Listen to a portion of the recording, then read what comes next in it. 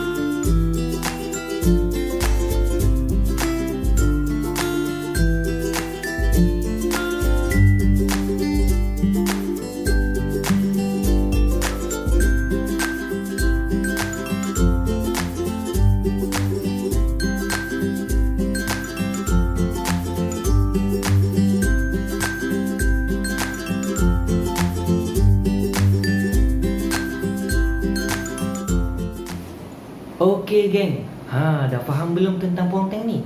Tapi itu baru je pengenalan kepada ponteng ni tau. Jadi jom kita dengar dengan lebih mendalam akan gejala ponteng yang selalu berlaku dekat kalangan pelajar sekolah ni. Jom.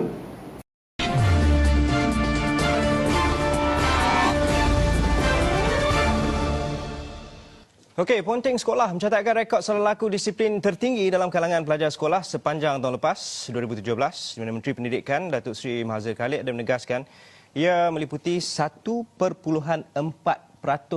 daripada hampir 5 juta pelajar sekolah rendah dan menengah seluruh negara. Sebab satu daripada elemen yang kita sangat duka cita adalah ada setengah-setengah tempat ni yang kita kenal pasti sebagai sekolah hotspot. Sekolah-sekolah hotspot ni sekolah-sekolah yang punyai potensi untuk salah laku disiplin yang tinggi. Seterusnya ialah jenis-jenis ponteng sekolah. Ponteng sekolah terbahagi kepada dua jenis, iaitu ponteng sekolah yang memang tidak hadir daripada awal persekolahan. Sebagai contoh, ibu bapa telah menghantar anak murid tersebut ke sekolah tapi budak tersebut telah curi-curi lari keluar daripada sekolah. Ataupun murid tersebut memang tidak hadir tanpa pengesahan pengetua dan guru kelas tersebut. Guru kelas tersebut memang tak tahu kehadiran murid ini sama ada dia datang ataupun tak datang. Dan kebanyakan murid yang ponteng sekolah ni, kebanyakannya ibu bapa mereka tidak mengetahui bahawa mereka telah curi-curi ponteng dan curi-curi pergi ke mana-mana yang memang ibu bapa mereka tidak mengetahui sama ada mereka pergi sekolah ke mereka tak pergi sekolah. Kebanyakan antara mereka adalah berlari ke cyber cafe, ke tempat-tempat lain yang boleh berjumpa dengan rakan-rakan sebaya yang lain. Seterusnya, ponting sekolah ni juga, cikgu tak dapat kesan ke mana pelajar ni pergi. Terus-terus pagi datang ke sekolah, pelajar ni telah hilang, tak datang. Tapi bila cikgu call dengan ibu bapa, bila dah banyak kali cikgu call ibu bapa, cikgu tanya ibu bapa, mana pelajar ni pergi? Sebenarnya pelajar ni telah pergi sekolah, tapi dia telah melarikan diri ke tempat-tempat lain supaya dapat berjumpa dengan kawan-kawan dan sebagainya. Ponting sekolah ni kerana murid tidak datang daripada pagi hinggalah tamat sesi persekolahan. Dan yang kedua, kita dapat lihat ialah ponting kelas. Ponting kelas ni, murid ini hadir ke sekolah tetapi dia telah ponting kelas-kelas yang dia tidak berapa minat, yang dia tidak berapa gemar dengan subjek tersebut. Sebagai contoh, murid ini datang pada pagi sesi persekolahan tetapi pada subjek matematik, murid ini telah hilang daripada kelas.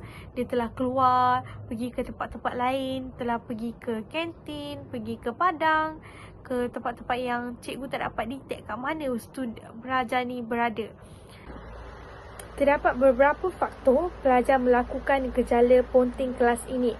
Faktor yang pertama, pelajar tidak meminati subjek tersebut. Pelajar berasa subjek tersebut telah memberikan beban dan tugasan yang banyak kepada dia dan membuatkan dia rasa tertekan dan sendiri mengambil inisiatif untuk melarikan diri pada waktu kelas tersebut.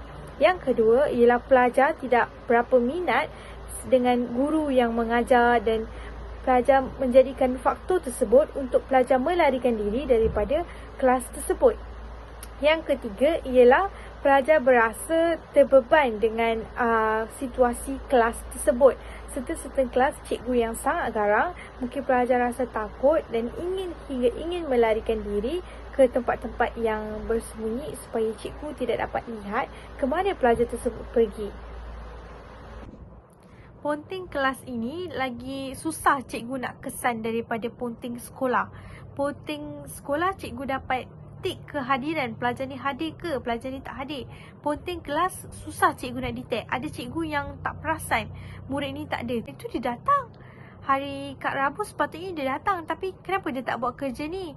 Tapi dia akan cakap, cikgu saya tak ada lah, cikgu saya tak ada lah. Kenapa jadi macam tu? Mungkin kadang-kadang dia tak gemar dengan subjek matematik. Dia tak suka dengan cikgu matematik tu. Dia rasa macam cikgu tu bagi dia stres. Cikgu tu bagi dia kerja sekolah banyak. Tapi sebenarnya dia yang tak buat kerja sekolah. So, pada masa yang sama, pelajar akan rasa tak apa, keluar kelas ni satu je, cikgu tak dapat kesan. Ponting satu kelas je, cikgu tak dapat kesan.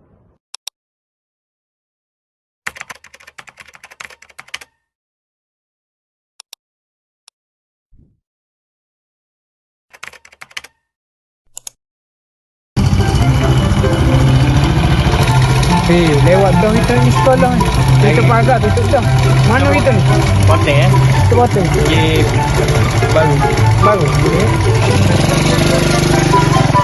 Okay, untuk filter yang pertama, punca yang pertama pelajar punya ponting sekolah yang pertama ialah ia tidak lain dan tidak bukan yang dari pengaruh rakan sidang pun. Pasia rakan sebaya tu nya kedak magnet yang akan menarik rakan-rakannya sama sekepala, sama searah dengan daknya untuk sama ponting. Jadi pun pelajar yang salah pilih rakan yang selalu ponting sekolah, makanya pun akan terikut jual apa yang rakannya buat sebabnya pun macam ingin tahu pas gini rasa ponting tu.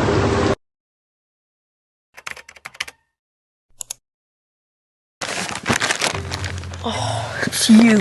I thought you were Mom. You better get ready for school, or you're gonna be late. I'm not going to school. I'm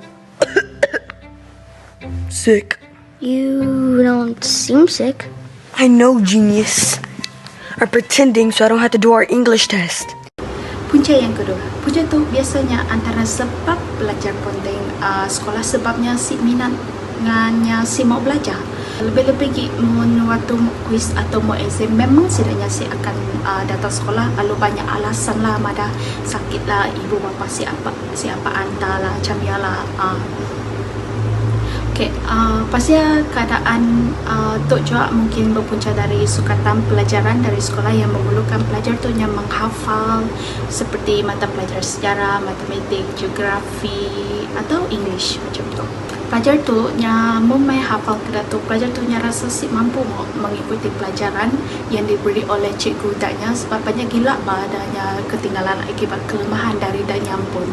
Sebab itulah sedaknya kerap penting sebab memang dah setidaknya memang dah hilang minat untuk belajar sebab si apa mau beri saingan pada rakan-rakan yang lebih pandai lah.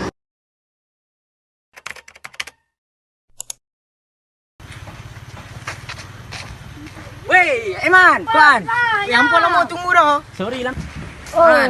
Oi. Sorry lambat Tunggu apa? Jangan lama. Kami ingat apa dah masuk sekolah dah. Mana buat perangai tak masuk sekolah pula. Kata Angel main gitar. Tinggal boleh tak ada kuat. Jadi pelajar yang penting sekolah tu juga berkemungkinan sebab danya lebih mementingkan keseronokan daripada pelajaran. Hal tu kita dapat kita nangga dari karangan pelajar tu tujuan utamanya penting sekolah adalah untuk melepak ataupun berkumpul di suatu tempat, terutamanya di contohnya di pusat-pusat pembeli belah, pusat permainan video atau di taman-taman rekreasi. Bukan ia terdapat juga pelajar tu penting sebab sempat kiknya kayu-kayu tu nangga wayang ataupun merembit. Bagi daknya yang penting tu pelajar di sekolah tu macam nyoros, daknya rasa cepat bosan sebab tidak unsur-unsur hiburan. Saya Haris bin Arsyad, bapa kepada Aiman bin Haris. Oh, ni ayah Aiman. Ya. Cik ni ingat tentang Aiman kan? Ya cikgu. Tadi saya baru jumpa dengan guru kelas Aiman masa ambil rekod kemajuan pelajar. Saya nampak Aiman ada banyak kes spontan dalam rekod disiplin ni. Biar betul cikgu. Ya Cik Haris, memang betul. Aiman ni suka poten sekolah. Saya dapat laporan daripada guru-guru kelas dia ni, Aiman ni memang suka poten sekolah. Anjar puja pelajar penting kelasnya setidaknya kurang mendapat perhatian daripada ibu bapa danya. Mungkin sudah itunya rasa macam diabaikan oleh ibu bapa danya, jadi sudah itunya macam pakai cara lain iaitu cara negatif seperti penting sekolah sebab cara tu setidaknya rasa yang berjaya untuk mendapatkan perhatian daripada ibu bapa mereka. Tapi dengan cara tu jugalah telah menyebabkan anak-anak si mementingkan pelajaran danya agak sebab dah terbiasa dengan penting. Mun kes penting tu pihak sekolah tu selalunya akan mengeluarkan surat amaran. Mun ibu bapa si respon juga sampai surat amaran ketiga, jadi pelajar tu terpaksa dibuang sekolah. Semenjak Januari lalu lagi, Nur Syafira Muhammad Razali tidak menjejakkan kaki ke sekolah kerana terpaksa menjaga dan menguruskan ibunya yang sakit. Dalam usia yang masih mentah, Nur Syafira Muhammad Razali 11 tahun sudah menggalas tanggungjawab sebagai tempat berpaut buat ibunya, Nur Hayati Cik Nur 45 tahun yang menderita penyakit darah tinggi. Punca pelajar penting tak semestinya semuanya negatif. Antara sebabnya juga ialah pelajar tu datang dari keluarga yang sangat miskin. Jadi ada juga pelajar tu terpaksa menanggung keluarganya. Sebagai contohnya terpaksa menjaga mak apaknya yang tengah sakit. Pasal namun ada juga lah ibu bapa yang hanya mementingkan diri sendiri, tidaknya macam sengaja nyuruh anak dannya penting supaya anak dannya dapat menolong dannya bekerja. Okey, seterusnya saya Muhammad Rahmat Tajuddin bin Maguki. Saya akan menyambung perbincangan daripada rakan-rakan saya, iaitu saya akan berkongsi berkenaan dengan pengalaman ataupun sebab kita sebagai seorang pelajar boleh ponting kelas dan juga ponting sekolah. Punca yang pertama adalah kita takut dimarahi oleh guru. Hal ini kerana terdapat pelajar yang ponting kelas sebabkan dia takut dimarahi oleh guru-guru. Punca yang kedua, sebab pelajar tersebut takut dibuli oleh rakan-rakan ataupun pembuli itu sendiri.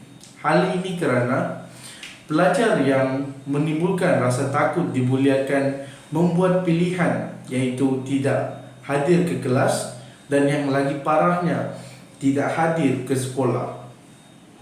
Dan punca yang ketiga iaitu pengaruh rakan-rakan sebaya yang menggalakkan diri ataupun individu tersebut untuk ponteng.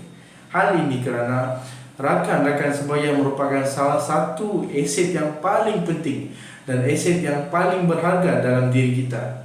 Disebabkan ini, seseorang pelajar ataupun seseorang kanak-kanak akan mudah terpengaruh oleh rakan-rakan yang mengajaknya ponteng, iaitu sebagai contoh ponteng kelas ataupun ponteng sekolah untuk pergi bermain dan sesuatu yang menggembirakan.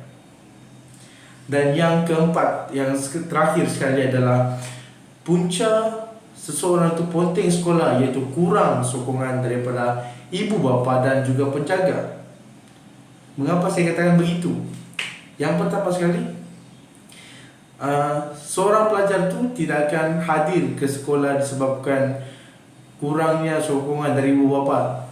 Sebagai contoh, ibu bapa tidak menghantar mereka pergi sekolah, ibu bapa tidak memberikan keperluan asas iaitu kelengkapan untuk pergi sekolah yang menyebabkan mereka tidak mahu ke sekolah. Ataupun yang lagi parahnya, mereka dibiarkan pergi sekolah sendirian sehingga kan mereka memilih untuk menipu, yang mana mereka akan memesong daripada pergi sekolah, tetapi mereka akan pergi ke pusat cyber, pusat permainan dan juga lain-lain kerana tiada pengawasan daripada ibu bapa itu sendiri.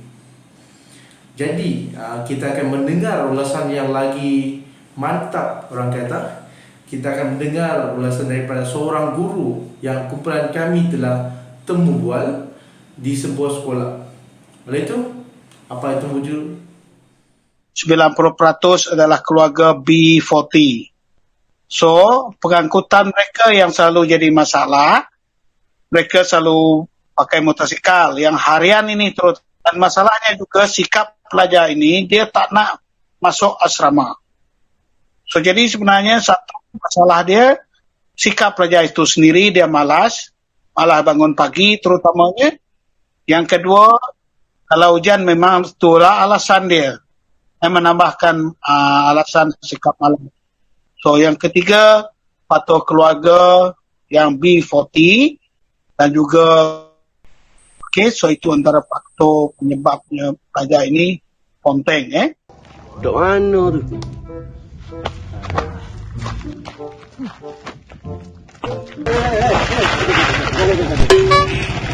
Buat apa ni? Apa ni? Mata ni dia air mu.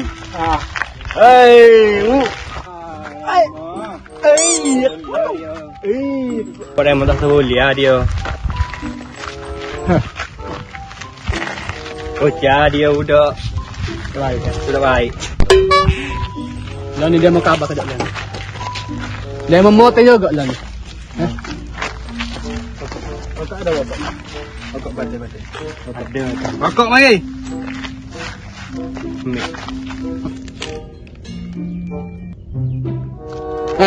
Mau tu.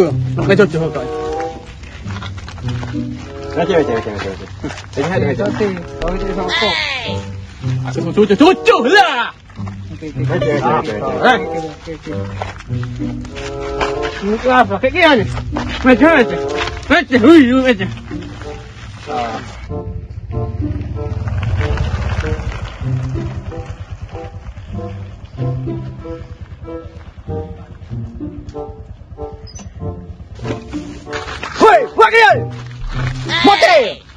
Langkah-langkah yang boleh diambil untuk mengatasi masalah ponteng sekolah ini adalah tanggungjawab ibu bapa.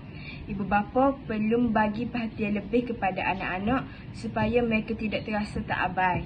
Yang kedua pula ialah ibu bapa perlu mengambil tahu dengan siapa anak-anak mereka bersaing supaya tidak berlaku hal yang tidak diingini. Kedua pula ialah tanggungjawab pihak sekolah. Pihak sekolah perlu menyediakan suasana persekolahan hak boleh menarik lagi perhatian pelajar untuk ke sekolah. Cikgu juga boleh mengubah cara mengajar supaya anak-anak murid ni lebih tertarik, seperti menyediakan hiburan macam mengajar guna slide Di samping itu juga pihak sekolah perlu menyediakan perkhidmatan bimbingan dan kaunseling. Hal ini disebabkan jika ada pelajar yang mempunyai masalah, pihak sekolah perlu bagi kaunseling kepada pelajar, bukannya mendenda mereka tanpa tahu sebab yang berlaku. Jika pihak kaunseling tahu dah apa masalah pelajar tersebut, pihak kaunseling boleh mengambil pelbagai tindakan untuk membantu pelajar tersebut. Dengan ini, pelajar tidak akan terbeban dengan masalah yang mereka hadapi. Dan mereka juga boleh belajar dengan tenang dan tidak akan memonting sekolah lagi. Hai, Sek Mung ni gak berapa kali dah saya royak. Cikgu pesan dah ke? Jangan monting. Apa yang degil yang kapal lah sangat Sek Mung ni Kan aku jar sampai tu bek kecap, okey? Korang ni dok, masa ni masa sekolah. Masa korang belajar. Bukan masa korang poting, korang melepok tak tentu pasar macam ni. Ya. Mu tahu tak? Sekarang kalau mu tak sekolah, mu tak belajar, mu tak dapat ilmu, kerja payah mu nak dapat. Mu faham tak mu ni? Kesimpulannya ialah gejala ponting sekolah ini dapat dihadapi dan dapat dibendung jika pelajar itu sendiri faham tentang kesannya ponting sekolah dan kepentingan dalam pelajaran. Jika pelajar itu sendiri dapat memahami bahawa pelajarannya adalah penting demi kejayaan dan masa depan, mereka tidak akan ponting sekolah dan sebaliknya mereka akan belajar bersungguh-sungguh. Oleh hal yang demikian, dengan mengatasi masalah ponting sekolah ni, ibu bapa, pihak sekolah dan pelajar dapat memainkan peranan penting. Dan masalah ini juga perlu dikena pasti oleh mereka supaya mereka dapat mengambil langkah-langkah untuk mengatasinya dan dapat dijalankan demi masa depan generasi pelajar.